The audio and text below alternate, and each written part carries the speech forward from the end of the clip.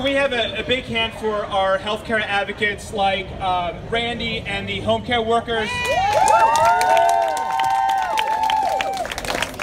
Can we have a big hand, SEIU, can we have a big hand for our activists from ADAPT? Yes. Can we have a hand for our Lieutenant Governor, Mike Stack? Can we have a hand for another legislator here that's advocating for us, my state senator, Art Haywood? And can we have a hand for the doctors and nurses that are here, like my collaborating physician, Jennifer Hamilton? As Shauna said, my name is Tarik S. I'm a family nurse practitioner. I work at a health center in Philadelphia called Abbotsford Falls. Ladies and gentlemen, at 1:28 yesterday morning, we likely witnessed Providence. Yeah. A miracle. Yes. Allow me to set the stage for you. With 52 Republican senators, a Republican vice president with a tie-breaking vote in the back chamber, and looking impatient, and maybe a little constipated. That's a professional diagnosis. I'm not making it. I'm just saying that he looks like, you know, sometimes, right? He's got a look on his face. And an incompetent Republican president pacing around the West Wing equipped with a very big pen. At least it looked very big in his tiny hands. Of our ability in this nation to access quality and accessible health care hung in the balance. That's the truth. The bill they were voting for in that restive chamber was the Republicans' last pitch to repeal the ACA before the clock ran out, and before Mitch McConnell had to retreat back into his shell. Closet. Now I'm interested. What did you think about this latest bill to ban women on Medicaid from getting any health services at Planned Parenthood? What did you think about this plan that raised our annual premiums by 20%? Every year. How did you feel about this bill that would have allowed corporations to snatch health care back away from their employees? Did you think it was a good idea to drive healthy people out of the insurance market to leave it to collapse? No! And what did you think about this plan to steal health care insurance from 16 million Americans in the next year? Would you have voted yes on this plan? No! Well, before the early dawn of yesterday morning, our Senate Democrats, they also voted no. Democratic Senator Kamala Harris from California, she voted no. Democratic Senator Bernie Sanders from Vermont, he said no. And our Democratic Senator Bob Casey from Pennsylvania,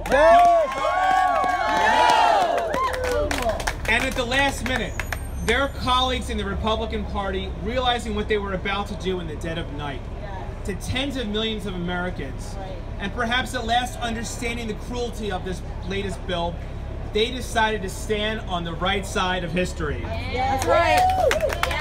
Republican Senator Susan Collins, she said no. Republican Senator Lisa Murkowski, she said no. And Vietnam War hero, yes, President Trump, war hero, That's right. John McCain, he said No! But our junior Republican senator from Pennsylvania, Tarik Joseph Toomey, who works right here in this office, He wrote it. what did he say? He wrote it. Did he do the right thing? No! Last month, Senator Pat Toomey, he emerged from wherever he emerged from, and he wrote an op-ed in this Philadelphia Inquirer, and he said that him and his 12 male Republican colleagues, they wrote a new health care proposal that lowered premiums and costs, Lies. increased competition, Lies. maintained the Medicaid expansion, Liar. and would not affect the health benefits of people who already received employer coverage. Lies. So let me ask you, did Senator Toomey plan to do any of those things? No. And yesterday morning at 1:29 a.m., good luck, divine intervention, or maybe karma, after 7 months of having to put up with President Trump, things finally went our way.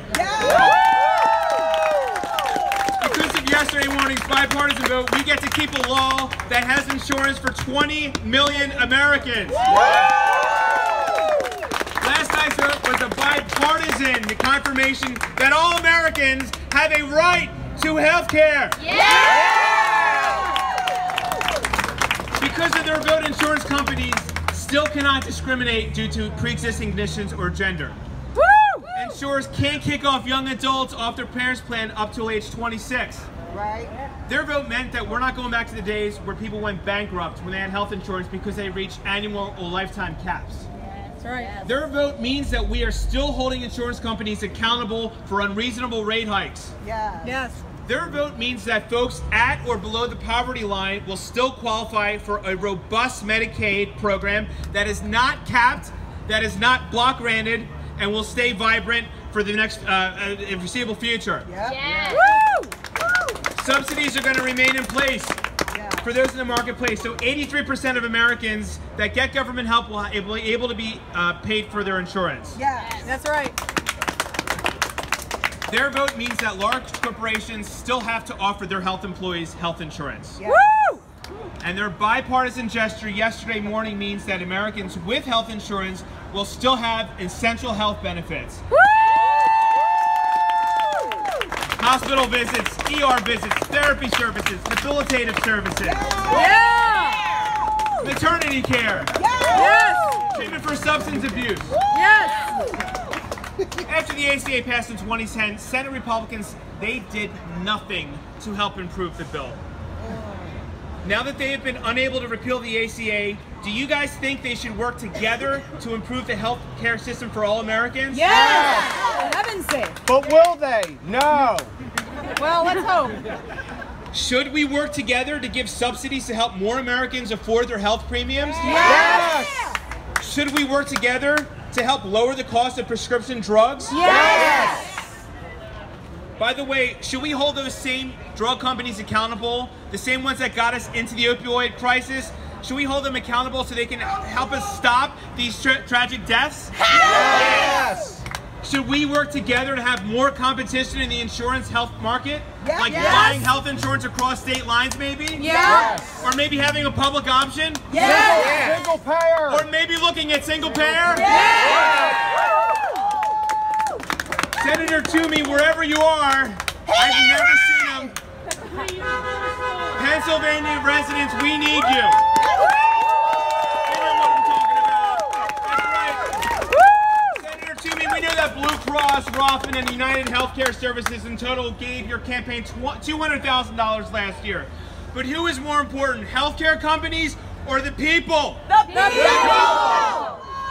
Senator Toomey, we knew that your largest donors are Goldman Sachs, JP Morgan, and Morgan Stanley, but do the big banks and billionaires need you? Or does Americans like ourselves need our government to work for them? What do you think? We want our government to work for us. Do we want our government to work for us? It should work for us. It ain't we want, we earn it, we deserve it. They supposed to work for us. Do we deserve it? Yes. Do they work for us? Senator Toomey, show us that you represent all of Pennsylvanians. Now that we are done with repeal and replace, let's work with Democrats and Republicans in Congress to rejuvenate the ACA. And let's write a new story together that we can all be proud of.